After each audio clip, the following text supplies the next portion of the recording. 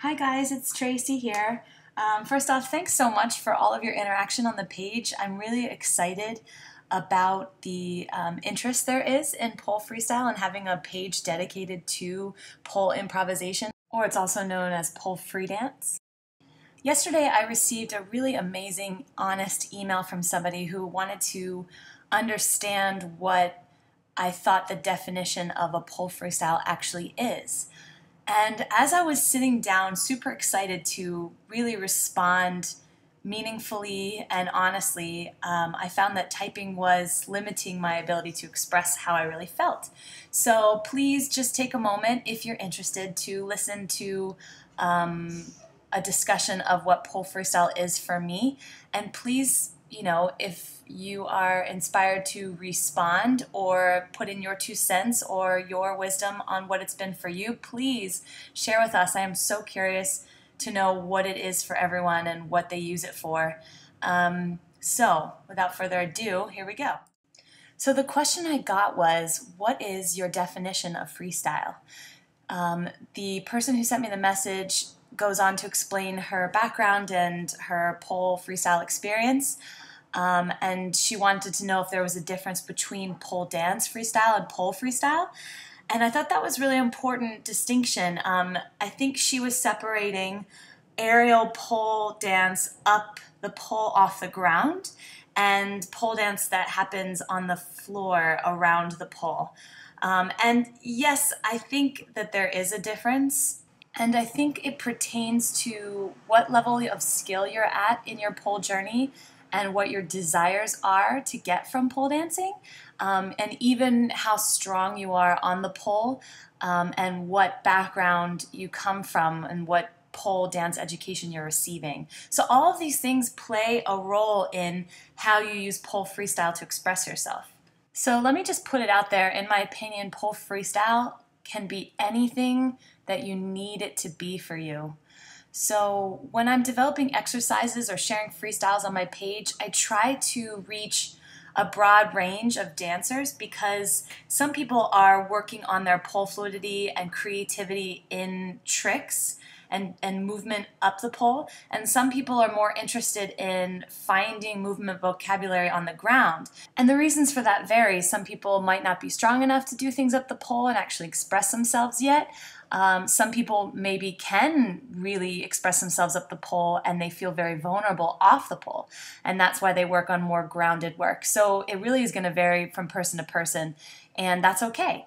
But when I'm developing games and exercises, I kind of think about every different type of freestyler because there's so many facets. I've had long conversations with some of my students and close friends, and one of my partners who I'm working with on a project, Jess, she is a psychologist, and we've talked a lot about what the pole actually symbolizes psychologically and why it's so addicting and why it's got such a pull and a magneticism for us as dancers and movers and for just people in general. And I'm not going to go into that because it can get pretty deep and pretty philosophical, metaphysical, however you want to call it. But we can talk more about that later. Maybe if you guys want to work with me privately, we can talk about it because it is quite profound what the pole represents for us.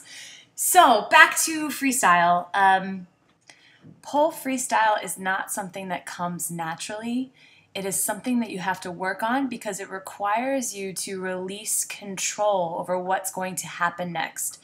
It requires you to release the idea of planning what you're going to do next so that you're not only connecting more honestly with the way you feel in the moment, what your body feels in the moment, but you're really opening up possibility of true personal creativity.